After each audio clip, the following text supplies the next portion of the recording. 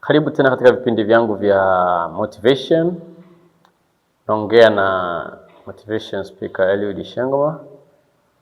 Tumekuwa tukifuatilia makala tofauti katika mitandao yangu ya kijamii, na leo nataka tujifunze namna ya kuwa na uhuru wa fedha. Uhuru wa fedha. Watu wengi wamekuwa wakitafuta vyanzo vingi vya uchumi, lengo ni kuwa na uhuru wa fedha. Uhuru wa fedha ni nini?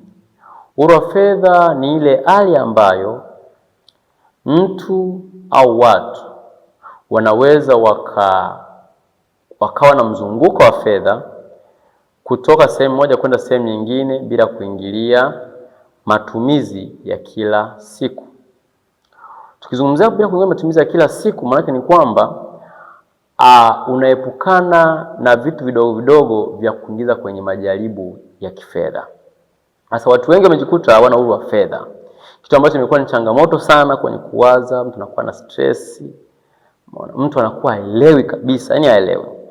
Sasa nakupa kama sababu 5 ambazo unaweza ukazifuatilia na ukazifanyia kazi na kwa mwisho siku ukawa na uhuru wa kifedha. Jambo la kwanza, lazima uwe na elimu ya fedha. Elimu ya fedha. Elimu ya fedha unaipataje? Utaipata kupitia kusikiliza makala tofauti. Utaipata kupitia kwenye vitabu. Kumbuka, elimu ya fedha haifundishwi shuleni wala vyuoni.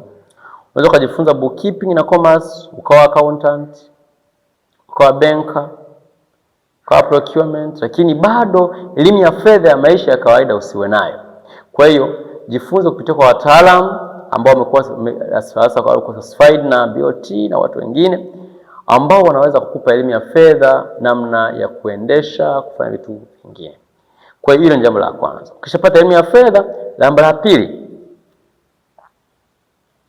lazima ujifunze namna ya kuweka akiba, saving. Ukishajifunza namna ya kuweka akiba, utajifunza namna ya kufanya budgeting.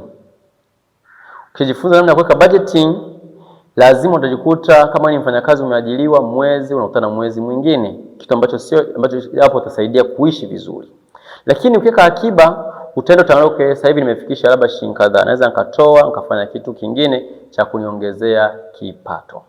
Sasa kutoka kwenye pointi ya pili, kuweka akiba, jitahidi kuwa na vyanzo zaidi ya kimoja ya kuingizia fedha.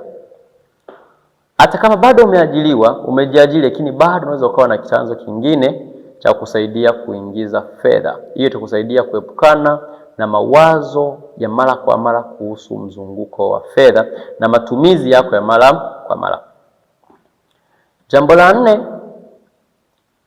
jifunze namna ya kuwa na nidhamu na matumizi ya fedha.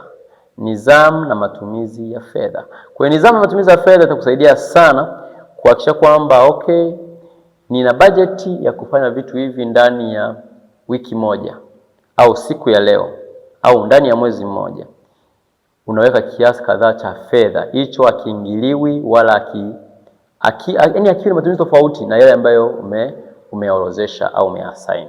Kwa hiyo nidhamu itakusaidia wewe mwanadamu au wewe unanitazama hapa kuweza kujua kwamba okay, nifanye hivi au nifanye hivi, hiki nikiache, sio muda wake, hiki nimepanga kufanya 1 2 3 4 kutokana na vipaumbele vyako ulivyoviweka. Ya 5, uhuru wa fedha utakuwa nao endapo tu utaamua kwenda nje ya kile ambacho umekizoea kila siku, kutoka kwenye eneo ambalo umelizoea kila siku kwenda nje ya eneo lingine. Ninazungumzia kutoka kwenye comfort zone, eneo ambalo umelizoea la kawaida, umelizika, unaenda nje kutafuta eneo lingine. Lengo ni kuweza kuwa na multiple source of income.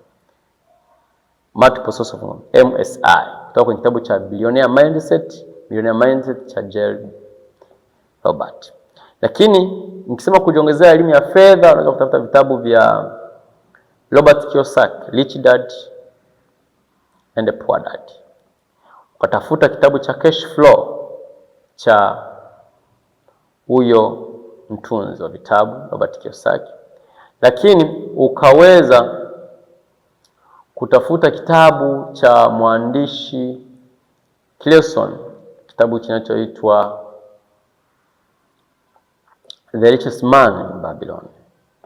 Vitabu hivyo vitakusaidia sana kujua namna gani ya kuweza kuwa na uhuru wa kifedha.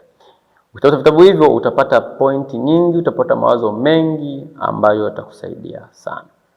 Asante sana kwa kunisikiliza, endelea kufuatilia. Usiache kusubscribe YouTube yangu, lakini pia usiache kufuatilia katika mitandao ya Facebook, TikTok na Instagram kwa jina la LD Shengoma. Asante sana.